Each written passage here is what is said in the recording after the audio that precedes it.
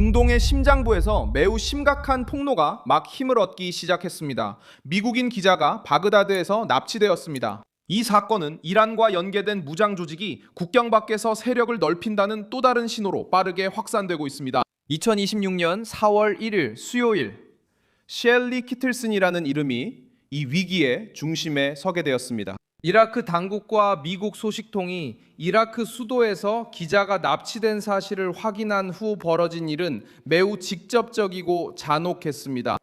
셸리 키틀슨은 이라크와 시리아에서 취재 경력이 있는 미국의 독립 언론인으로 바그다드 중심가의 사담 스트리트 지역 한복판에서 무장한 남성들에게 납처치되었습니다. 감시 카메라 영상에는 그녀가 차량에 강제로 태워지는 순간이 포착되었습니다. 그 후 추격전이 시작됐습니다.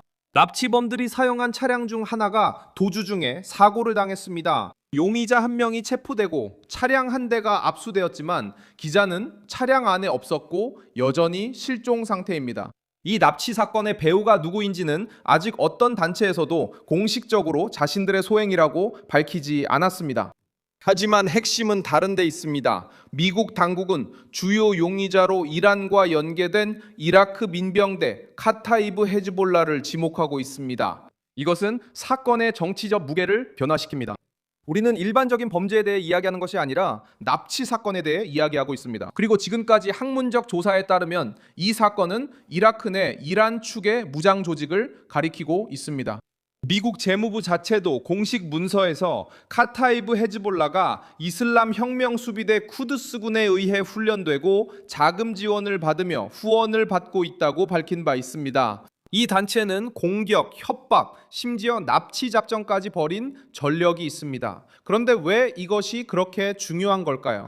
왜냐하면 이 사건은 오래됐지만 여전히 파괴적인 방법, 즉 테헤란이 직접 전면에 나서지 않고도 압박하고 위협하고 공포를 퍼뜨리고자 하는 곳에서 연계된 민병대를 이용하는 방식을 드러내기 때문입니다. 바그다드에서 미국인 기자가 납치된 사건은 단순히 한 사람만을 겨냥한 것이 아닙니다. 이 사건은 언론을 겨냥하고 이라크 정부에 도전하며 미국의 반응을 시험하는 것입니다. 그리고 이란과 연계된 조직이 자국을 넘어 계속 활동하고 있다는 이미지를 더욱 강화시킵니다. 이라크 수도 중심가에서 무장한 남성들에게 기자가 거리에서 납치당할 때 그 메시지는 분명합니다. 셸리 키틀슨이 이미 위협에 대해 경고를 받았었다는 점도 주목할 만합니다. AP통신에 따르면 그녀는 납치 전날 밤을 포함해 이라크를 떠나라는 반복적인 경고를 받았습니다. 구체적인 위험이 있었기 때문에 이는 위험이 갑자기 생긴 것이 아니라 신호가 있었고 움직임이 있었으며 실제로 두려움이 있었다는 것을 보여줍니다. 그럼에도 불구하고 기자는 결국 납치당했습니다.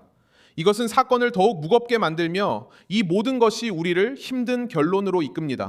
이란이 직접적으로 이 행동을 인정하지는 않았지만 이란의 영내 네트워크의 그림자가 다시 한번 숨막히게 드러나고 있습니다. 미국이 동맹이자 이슬람 혁명 수비대에 의해 지원받는다고 지목한 민병대가 등장할 때 테헤란이 이러한 행동과 거리가 있다는 주장은 설득력을 잃게 됩니다. 우리가 보는 것은 여전히 작동하고 압박을 가하며 언론인, 민간인, 서방의 표적들을 정치적 대립의 도구로 바꾸는 네트워크입니다. 그리고 이것은 고립된 사건이 아닙니다. 이 사건은 2023년 이라크에서 납치된 연구원 엘리사벳 추르코프의 사건을 떠올리게 합니다. 당국에 따르면 그녀 역시 같은 민병대와 연관되어 있습니다. 이런 전력은 상황을 악화시키고 같은 패턴이 반복됨을 보여줍니다. 즉, 납치, 침묵, 압박, 두려움을 정치적 무기로 씁니다. 지금과 다른 점은 피해자가 미국인 기자라는 것입니다. 이미 이란과 그 동맹국들이 훨씬 더 큰 위기의 중심에 서게 만든 지역적 긴장 고조 속에서 벌어진 일입니다. 결국 가장 중요한 질문은 간단합니다. 왜 한 기자가 표적이 되었을까요? 왜 정권, 민병대, 그리고 극단적인 조직들은 정보가 너무 가까이 다가올 때 두려워할까요? 기자를 납치하는 사람들은 단순히 한 사람을 활동하지 못하게 하려는 것이 아니라 보도를 막고 목격자들을 위협하며 자신의 힘을 과시하려는 것입니다. 그래서 이 사건은 단순한 지역적 사건으로 다뤄져서는 안 됩니다. 이것은 이란의 무장 영향력 체계가 이 지역에서 벌이고 있는 대리전의 냉혹한 단면입니다.